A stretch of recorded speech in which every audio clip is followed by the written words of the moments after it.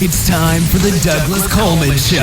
Mr. Smooth and Savvy is joined by guests from all walks of life, from the entertainment industry to authors to political and social commentators, the famous and not so famous, the controversial and the light and fluffy. We have it all. Now, here's Douglas Coleman.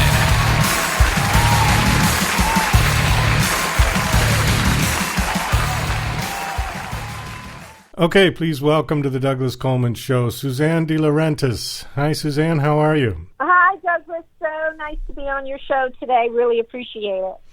Well, thank you for coming on. I got to ask the elephant in the room question that I'm sure you get all the time. But are you related to Dino? Yes, Dino was my cousin. Yes. He was your cousin? Oh, okay. Yes. Distant cousin, yes. All right. I wasn't sure because your bio doesn't mention it, so I didn't think he was your father or your brother or something. So No. I actually, his son-in-law works at my company, and his daughter and I are very close. But Dino was my cousin. Okay. Yeah. Well, it's a nice cousin to have, or had. I guess he's passed away now. Yes, yeah. So you're also a producer, director, writer, and I got a kick out of this thing on your bio. It said that you started in the industry as an opera singer. Is that correct?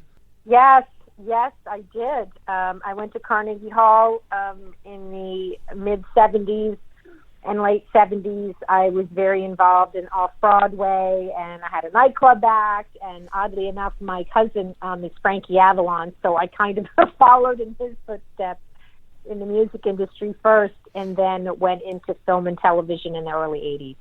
Your other cousin is Frankie Avalon? Is that what you said? Yes. Oh, wow. Yes. Who else are you related to? Yeah. Oh, I don't know. But, Frankie was kind of my mentor and idol growing up. My father and his mother were brother and sister. So I grew up going, to see all his shows and concerts and movies, and then kind of got the bug to be in the business myself. So from opera singing and nightclubs, then you progressed into TV and film? Mm-hmm. Yes. What was the first thing you did in film or television? Ironically enough, I worked on my cousin Dino's movie called Fighting Back with Tom Skerritt and Patti LuPone, and I was Patti LuPone's double and stunt double. Oh. So that was really the first movie I did in the, I believe that was like the late 70s.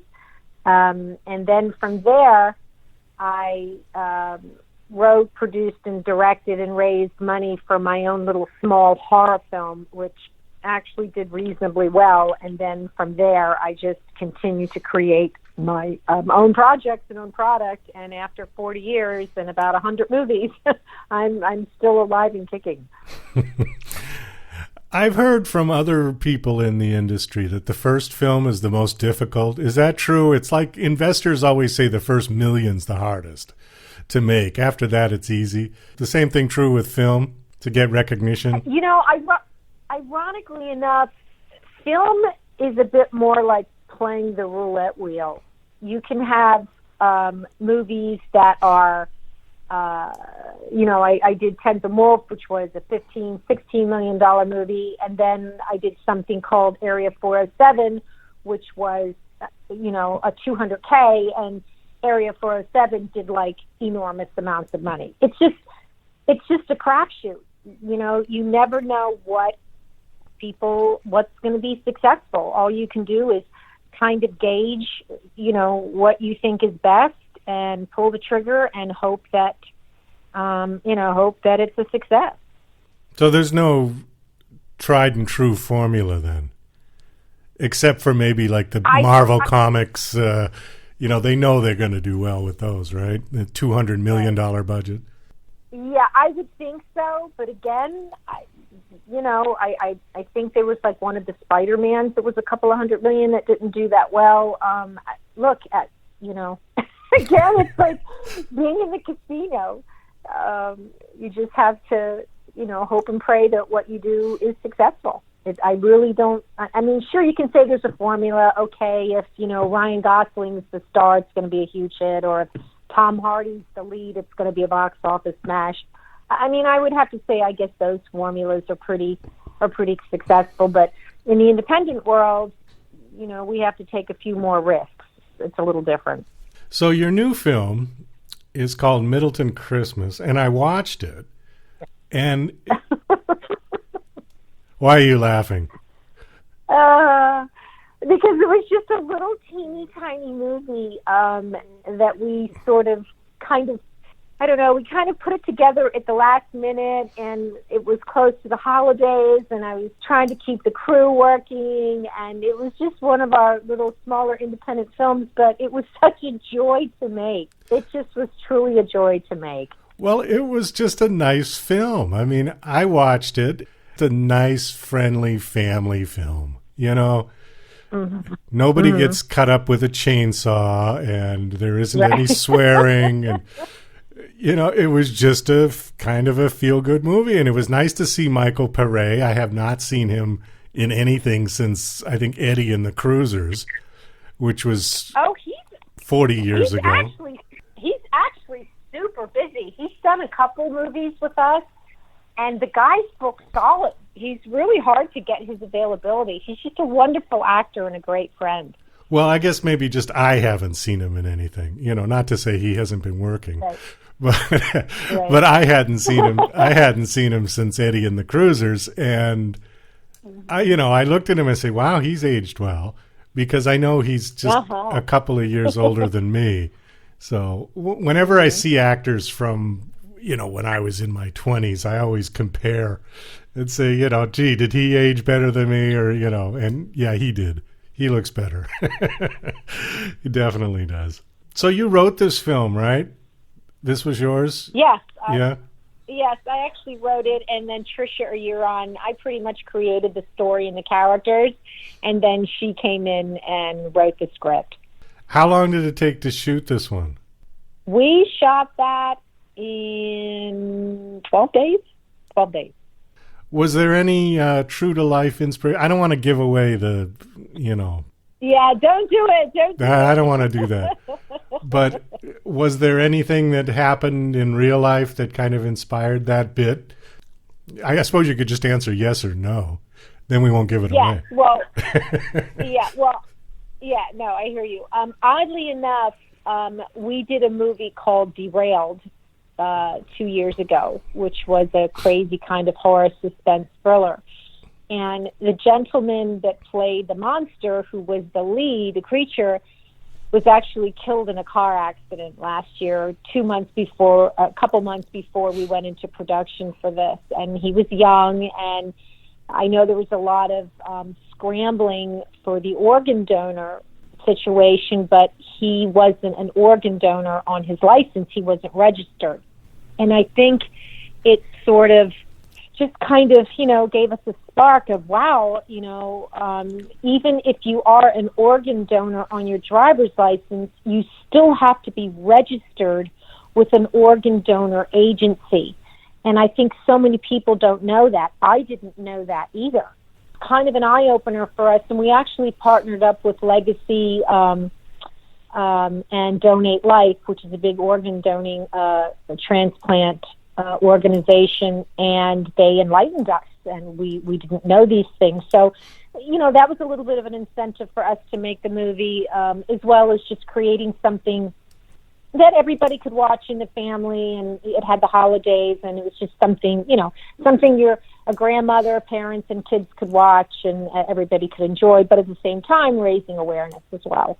Well, yeah, I thought that was great. What is the name of the actor who played the boy, Max? Michael Varday. Michael Varday. Okay, was he in anything else, like recently? He's been in quite a few things, and oddly enough, when he came in for the audition, he looked exactly like Michael Pare's son. Right, he did. And we were stunned. And they looked so much alike, and he was such a wonderful, talented actor. He just knocked it out of the park, and we cast him. Very talented actor. The whole cast was really just wonderful. Yeah, that's the first thing that I noticed. God, he looks just like Michael Pare's. Yeah. Like nobody would question that was his son, Right. You remember Goodfellas and the boy who played young Yes. Henry? I mean, that was like Yes. scary how much he looked like Ray Liotta, yeah? Yes, yes. So it was kind of the same thing. It was like, wow, So what else? What are you working on now? Well, I have sort of a passion project. I called it my retirement show, although, gosh, I don't know. I don't know if I'll ever retire. But I have a show called Suzanne Saturday Night Scares, and I do wraparounds for old horror films from the late 60s and early 70s. Oh. And then I have special guests on each show. I just did Morgan Fairchild. I did Laura Parker from Dark Shadows. I have all kinds of really cool, fun, wonderful guests. And then I have another show called Very Frightening Tales, which is kind of a spin-off on Night Gallery and Tales from the Crypt, where each show has like 3 short ghost stories. So we have great. both of those shows that we're doing right now. And then my big passion project is we are doing a 6-episode miniseries called Triangle about the 1911 factory shirtwaist fire in Manhattan that killed over 140 young women. Oh, I know about that story. Yeah, I'm a big history buff. I love watching all that stuff. That was tragic. That was awful. Yes. So we're doing that as a mini series. So we're busy this year, even though it's COVID. We're scaling our crews down and being very careful, and still managing to move forward with production. You mentioned Dark Shadows. I've had Catherine Lee Scott on the show twice. She's like a regular guest. And oh my God, I'm a huge fan. she is wonderful. If you get the chance to have her on any of your shows or something, she is fantastic. I love her. Oh, we will. I can tell you my big thing was racing home from grade school in the 60s so I could make sure I got in the door just at 3:30 to catch an episode of Dark Shadows. That was an interesting show. I've watched those episodes, and there was really nothing like it. Vampires, and yet it was a soap opera. Yep. Yeah, it was crazy. Oh no, it was totally unique and way ahead of its time. It was brilliant. Dan Curtis. It was just the chances he took, and the show was shot live, so if you can imagine that. Right. So, it was brilliant. One of my favorites. What I got a kick out of too is now that the whole thing is on DVD, is there's occasionally where they goof. And like you see dead bodies moving and people like calling each other the wrong character's name, and they just left it all in the DVDs. I thought that was sweet to do that. So you kind of see that, yes, it was live, and yes, people do screw up occasionally when they're on stage. Right. I thought that was nice that they left it in. So I just want to mention too, one other thing, Douglas, is I have this wonderful organization at my company called Operation Hollywood, and we train wounded veterans to work on movie sets. It's one of my passions. We always have veterans on our crew as well as our cast, or we have family members that have a veteran that's in their family or somebody serving in active duty, and we were actually presented with a civilian medal in 2010 for the program for my philanthropy. So I always like to mention that, and a shout out to all our brave men and women in the military and how important they are to us. Oh, that's fantastic. I am definitely a military supporter as well. Do you know Matt Best? Mm-hmm. It sounds familiar. He's a veteran, and he runs a company called Black Rifle Coffee. And he also did a film. Oh, yes. I am familiar with him, yes. Oh, okay. All right. He was on the show, I don't know, a couple years ago. But the films that he does, I think he's done 1, maybe 2, but most of the cast is disabled veterans that he'll use in the films. Yeah, yes, I do know him, yes. Yeah, so you guys are aligned that way, which I think is great. Very much so. Yeah. Very much so. That's a very worthwhile cause. We really need to support our veterans. Absolutely. Yes. Okay, now we got to wrap it up. Thank you so much for having me on the show. Thank you. You're so welcome. Do you have a website you want to give out? Sure, it's just Suzanne DeLaurentiisProductions.com, and they can follow me on Instagram as well. Okay, super. Thank you so much, Douglas. It was such a pleasure. You're very welcome. Take care. Okay. Okay, honey. Bye-bye. Bye-bye. You're listening to Mr. Smooth and Savvy right here on The Douglas Coleman Show. We'll be right back after these commercial messages. DJC Music and DJC Productions are pleased to announce a brand new website. We have started a listing website for radio show hosts as well as potential show guests. This is a meeting site where hosts and guests can come together. Show hosts can list their show and types of guests they're interested in booking. Potential guests can list their talents, bio, accomplishments, or anything they feel makes them an interesting radio show guest. There are no recurrent payments, only a one-time $5 listing fee. Your listing will stay up until you decide to cancel. Previous guests of The Douglas Coleman Show are welcome to submit their guest listing free of charge. Go to radiohostsandguests.com. That's radiohostsandguests.com. Love coffee, huh? But wait a minute. It seems like every time you finish a cup of coffee, you get all of these side effects along with it. Heartburn, indigestion, upset stomach, acid reflux. As the world's first and only organic acid-free coffee, Tyler's Coffee is able to provide a healthier option in the solution for more than 100 million individuals who have sensitive stomachs or suffer from acid-related modalities. This is Tyler's acid-free coffee. Coffee without the consequences. Hi, this is John Morgan, Production Supervisor for DJC Productions. You're listening to The Douglas Coleman Show.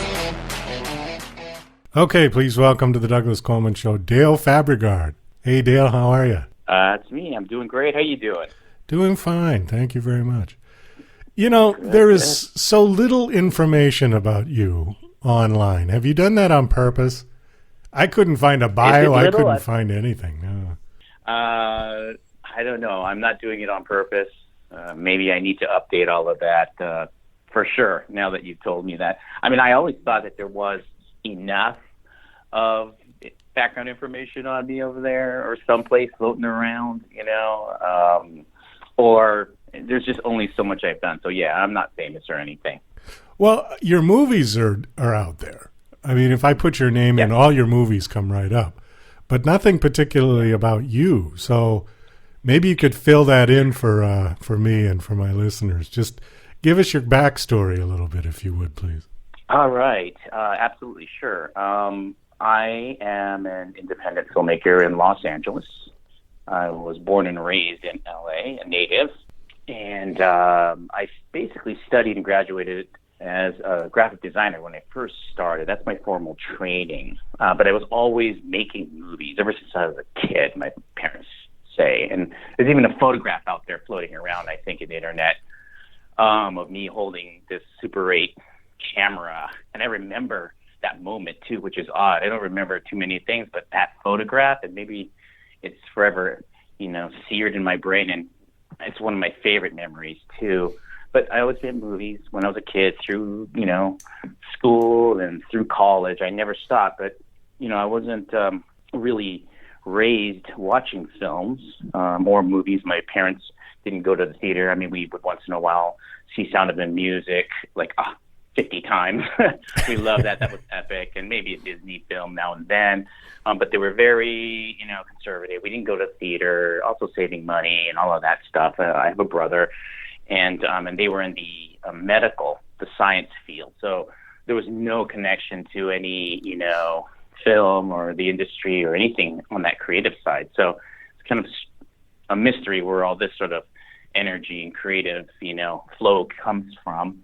But yeah, so I just kept making movies, even though I was studying in design. And then I graduated that and became the creative director, art director at a firm. But I kept making movies. I put whatever money I could. I just kept making movies and film.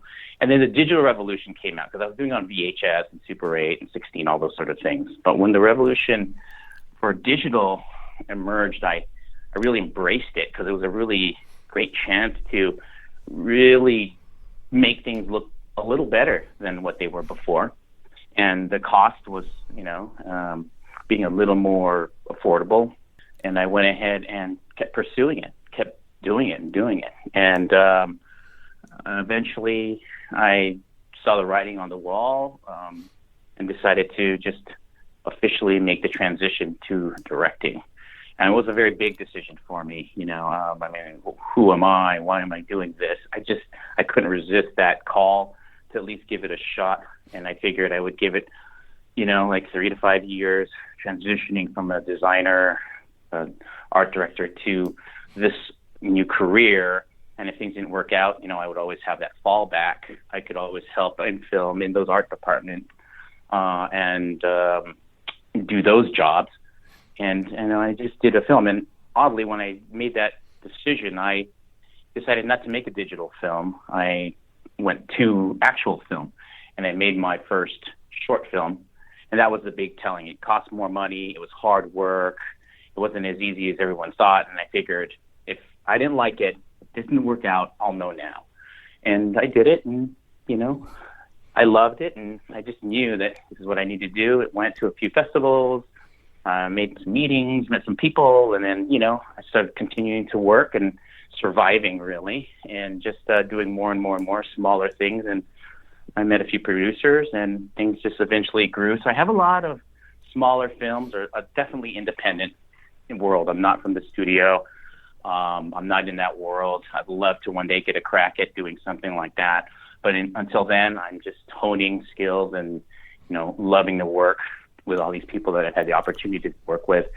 And, I work in various genres, any genre. I just love stories, but I primarily, gravitate to drama, suspense, thriller, and horror. But, a good family film, I cannot resist those stories as well.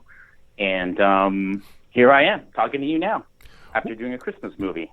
Well, yeah, I'm glad that your catalog, your repertoire is diverse, because I watched Middleton Christmas, and I mean, that's about the farthest thing from a horror film that I've ever seen, for sure. So, but it was a good film. I mean, I liked it. I thought, here's a nice family film that everybody can watch. No blood, no gore. I mean, it's a nice story. It's well done. And, I think that's good for Christmas. I mean, in the holidays, I think we need to watch something like that rather than, Texas Chainsaw Massacre or something. It doesn't quite invoke the Christmas spirit as much, I don't think. Yeah, for sure. And my producer, Suzanne DeLaurentiis, it was her idea. We had worked on a number of other projects in the darker side of things, and that's actually, I think, where she started from too.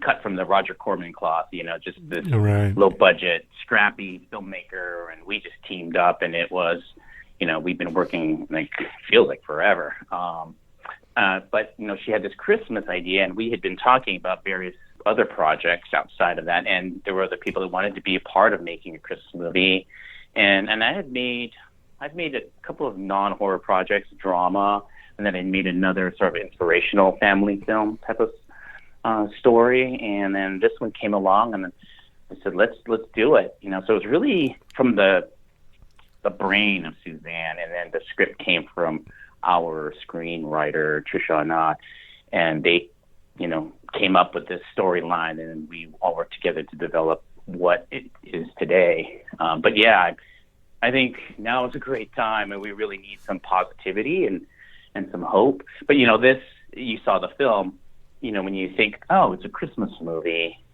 you think, like a rom-com, really sort of fun and light story, really romance-driven and fun and quirky and things like that. So although we wanted to have some of those elements, this definitely is outside of that normal box. It's not like the saccharine, Lifetime or Hallmark, which I love too, by the way, but that just was not this story. And then I was a little, I said, that's going to be a challenge. It's different. But Suzanne was very focused, and she knew what she wanted to create and make and get out there. And it was this, teen drama that happens during Christmas that still, elicits hope, and all those great feelings about what Christmas could be and is about.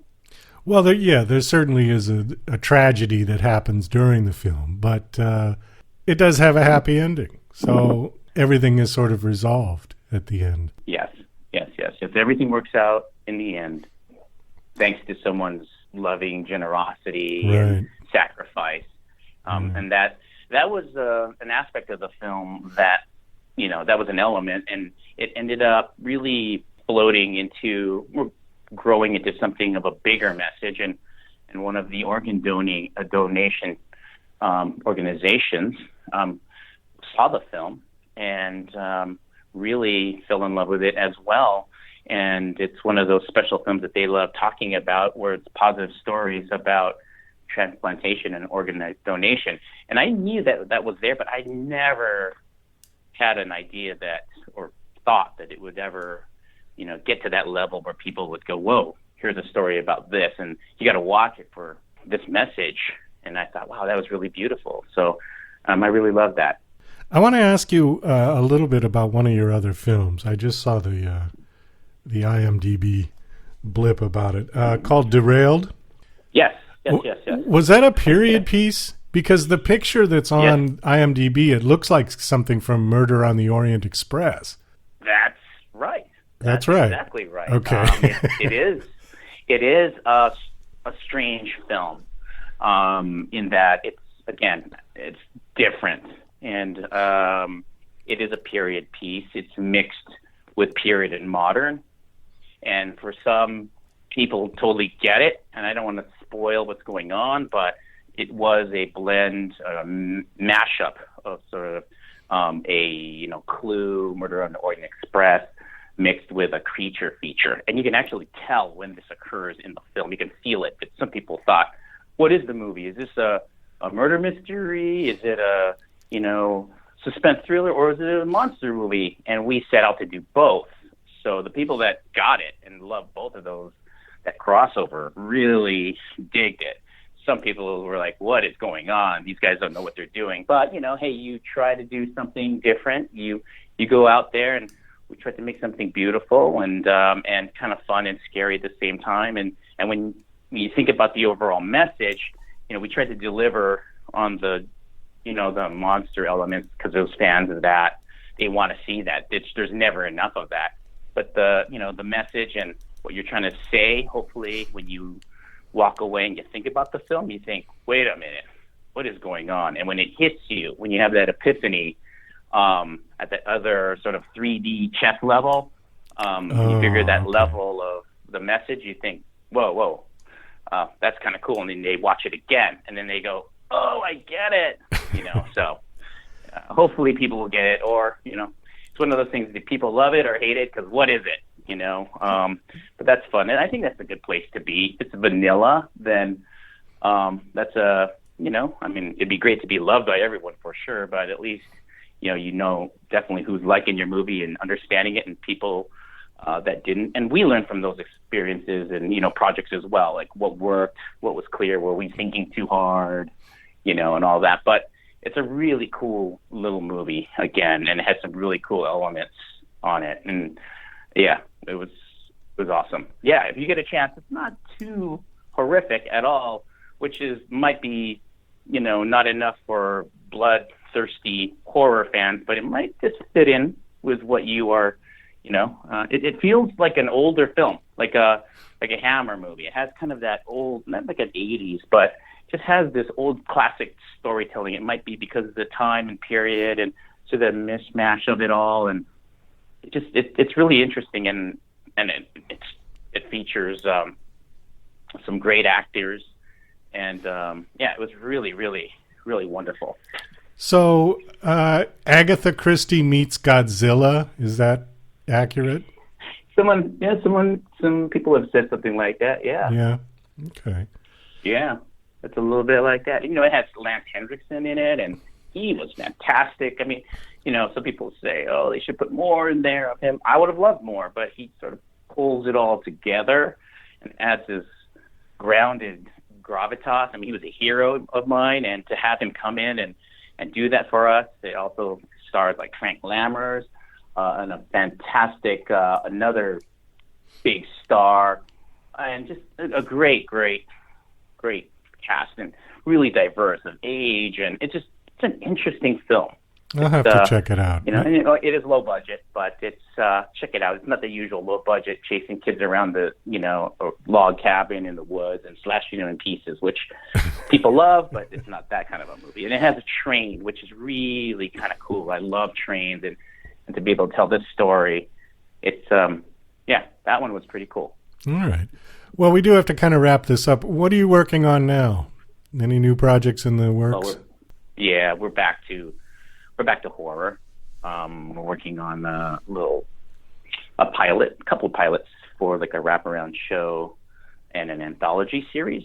And then we are ramping up for another big creature feature in the new year. Is COVID screwing this whole thing up for filmmakers? Because it must be hard. Yeah, absolutely. And that means a lot of things. I mean, we thought 2020 was going to be it. I mean, there were so many projects up in the air, getting ready to, attack. And then when that hit, it's not just the production, process of making movies that gets slowed down because of COVID. That makes it very challenging. But it's just everything about it. There's investors, there's meetings that have to happen. There's so many elements that come together. It's so collaborative that makes it very difficult for those elements to come together to make a movie. And then when it's not smooth, it makes it even more difficult and challenging. So yeah, absolutely. But we powered through. We finished Middleton Christmas right before the pandemic hit, and then we were in post on that during that period and finished up. So we were very lucky. Oh yeah, that was good timing. Filming now, it's tough. It's pretty tough. Yeah, you don't want all your characters having to wear masks and stay 6 feet apart. That really screws up the love scenes, doesn't it? Yeah. Unless it's about that, But exactly. I mean, now everything is very measured and very. I mean, as much as you can, we try to protect ourselves. We test our crew. That's what's happening, and in the studio level, that's very intense. They test multiple times a week. But we always wear masks, and no one takes them off. The only people that do are the actors, and during their scenes, So we are as careful as we can be during this time because nobody wants to get sick. The only thing I'm hoping for is that once this thing is over with, I hope there isn't a barrage of COVID-related films that come out. Just because I don't think there's going to be any cathartic value to that at all. I know. Like with horror, that there seems to be this very cathartic feeling of watching for 2 hours a bunch of people getting slashed and stabbed and everything and shot. Because it's fantasy and it's all, it's just for fun. But if all of a sudden all of these COVID pandemic type movies come out as a result of this, it's not going to be fun. No, because we lived through it all for the last year. Nobody wants to see this anymore. I want to forget about it. You're absolutely right. And we have to remember, this isn't just the domestic U.S. market. This is the world. This is the whole world. Right, exactly. Yeah, and I guess it really comes down to really the money's going to talk. If there is a great movie about it and people want to see it, and some great studio or director or somebody makes some amazing movie, I guess there's a possibility. But I'm with you, man. There's enough movies that have already been made about viruses and things, and this is just way too soon, and we just need to make and see other films outside of that story. I mean, I'm not interested in really sitting down and paying some money to just go through that stress. Come on, we live it every day. Exactly. So, maybe there'll be some positive story about it, or, I don't know. But, I'm not excited or crazy about going in that direction for sure. I'd rather watch a Christmas movie. I would too. Absolutely. Well, Dale, we got to wrap this up. Thanks so much for coming on. Do you have a website you want to give out? People come check you out? Anything? It's my pleasure. Yeah, I mean, you can go to my website. It's my name, DaleFabrigar.com. But you can follow me on Instagram most of the time. I'm not really on Facebook. And it's mostly pictures. And kind of once in a while I'll post what's cooking and what's going on. It's just my artistic expression outside of making movies that I get to, interact with some people once in a while. And that's basically it. And that's probably why I'm so, I'm an enigma. You don't know much about me. I kind of stay like a hermit. Well, that's cool, though. But I guess that's what this interview is fighting against. Like, let's get the word out, I don't mind talking to some people. So it was great talking to you, Douglas, and thank you so much for having me. Oh, you're quite welcome. All right, take care, Dale. All right. Best of luck. Be well.